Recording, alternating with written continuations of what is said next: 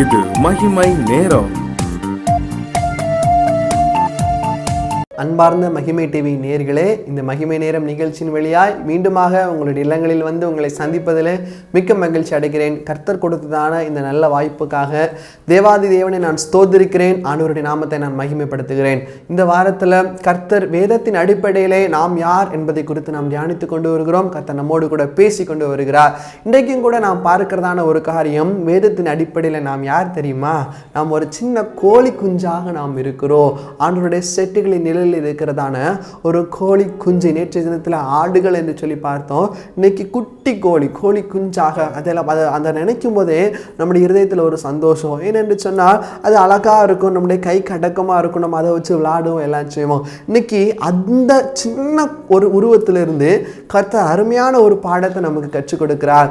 இதற்கு ஆதாரமாக எடுத்துக்கொள்ளப்பட்டதான வசனம் லூக்கா எழுதின சுவிசேஷம் 13வது அதிகாரம் 34வது வசனம். இதே வசனம் மத்தேயு எழுதின சுவிசேஷம் 23வது அதிகாரம் 27வது வசனத்தில் இருக்கிறது. அதில் உங்களுக்காக நான் வாசிக்கிறேன்.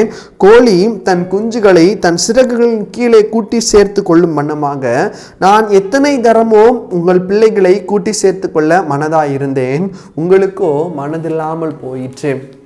பெரியமான சகோதர சகோதரிகளே, கர்த்தர் இன்னைக்கு நம்மோடு கூட நாம் ஒரு கோழி குஞ்சு என்று சொல்லி நாம் பார்க்கிறோம் என்பதை குறித்து பேசுகிறார். கோழி குஞ்சு என்று சொன்னால் அது எப்படி இருக்கிறது? அது தன்னுடைய தாயாகிய கோழிக்கு அது கீழ்ப்படிந்திருக்கிறது.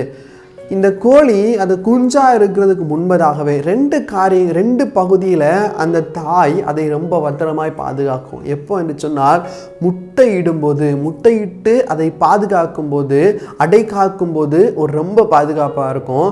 அது மட்டும் இல்லாமல் அதை குஞ்சு பொறிச்சு தன்னுடைய வழிநடத்துதல் அது கொஞ்சம் பெருசாகிறது வரைக்கும் அந்த கோழி தன்னுடைய குஞ்சுகளை மிகவும் பத்திரமாக பாதுகாக்கும். அருமையான ஒரு ஊழியக்காரர் சாம் ஜபத்ரி அவங்க சொன்ன ஒரு கதை இன்னைக்கு உங்களுக்கு நான் ஞாபகப்படுத்த சித்தமாக இருக்கிறேன்.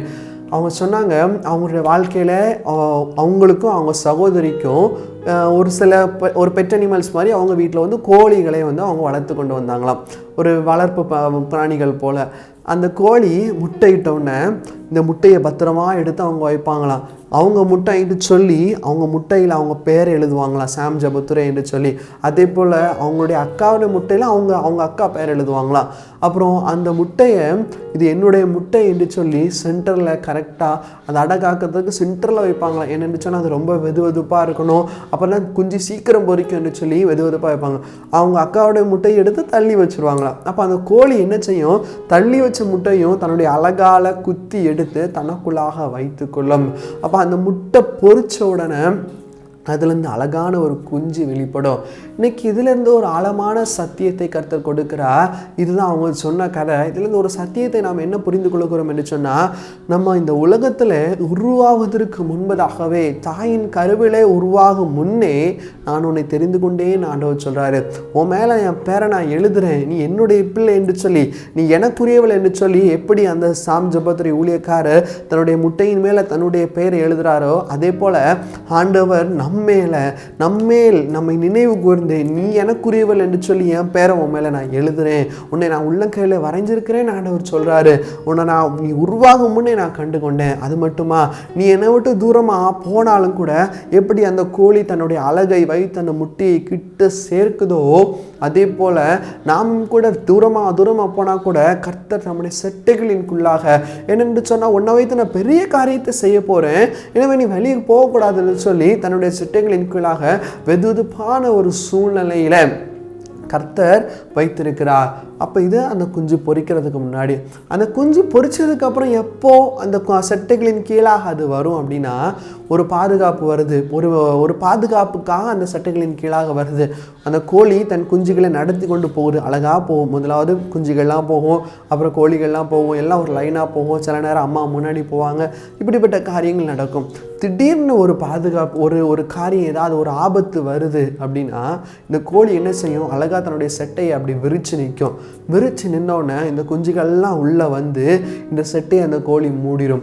அந்த செட்டிகளின் கீழாக இந்த குஞ்சுகளை அந்த கோழி பாதுகாக்கிறது.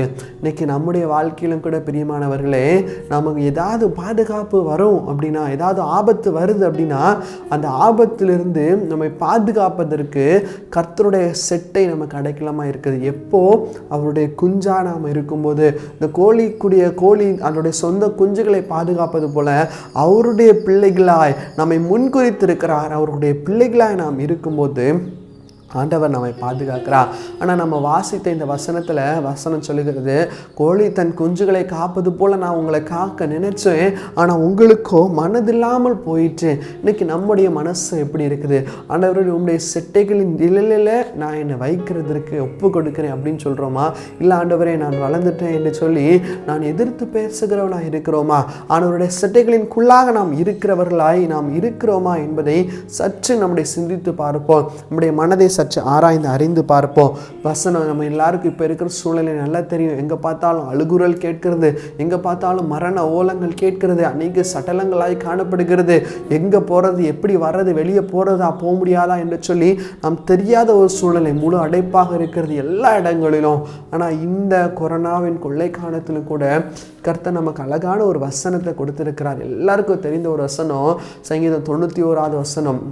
91 சங்கீதத்தில், உன்னதமானவரின் மறைவில் இருக்கிறவன் சர்வ வல்லவருடைய நிழலில் தங்குவான், அவர் செட்டைகளின் கீழே அடைக்கலம் பூவாய், அவருடைய பரிசு உனக்கு சத்தியம் கேடவுமாகும் என்று சொல்லப்பட்டிருக்கிறது. அவருடைய செட்டைகளின் கீழே நீ அடைக்கலம் புகுவா.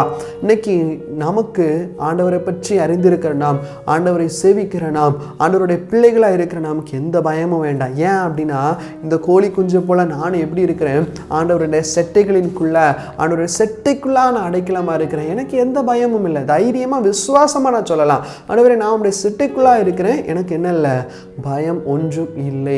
ஏன் என்று சொன்னால், இந்த கொரோனா கொள்ளை நோய் வந்தாலும் சரி, இத்தினோண்டு வைரஸ் வந்தாலும் சரி, எது வந்தாலும் சரி, தைரியமாக சொல்லுங்கள், நான் உடைய சிட்டைக்குள்ளே இருக்கிற ஆண்டவரே எனக்கு எந்த பாதிப்பும் இல்லை என்பதை நாம் விசுவாசிக்க வேண்டும். அதன்படி நாம் நடக்க வேண்டும். வசனம் சொல்லுது 1 பேதுரு 5:6 ஏற்ற காலத்திலே அவர் உங்களை உயர்த்தும்படிக்கு அவருடைய பலத்த கைக்குள் அடங்கி இருக்க வேண்டும். இன்னைக்கு அடங்காமல் வெளியே போகிற செட்டைகளின் கீழாக இருக்க அடங்காமல் வெளியே சுற்றி அலைகிற குஞ்சுக்கு ஆபத்து வரும். பாம்பு வந்து கொத்தும், அதை கடிக்கிறது வந்து கொத்தும்.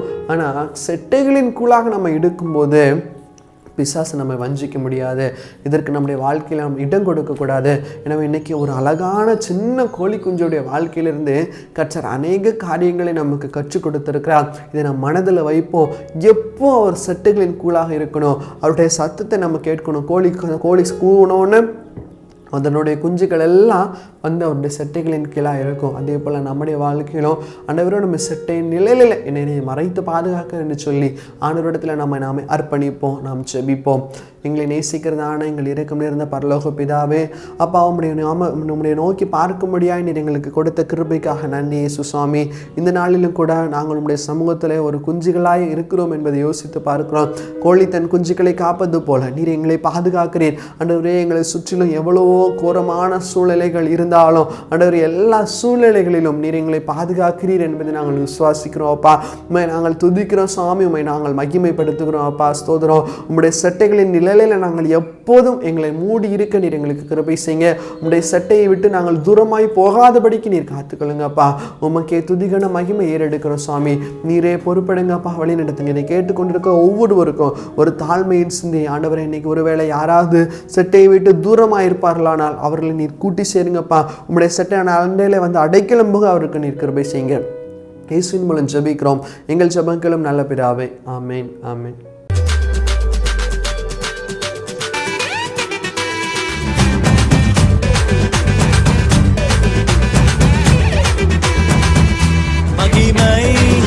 மகிமை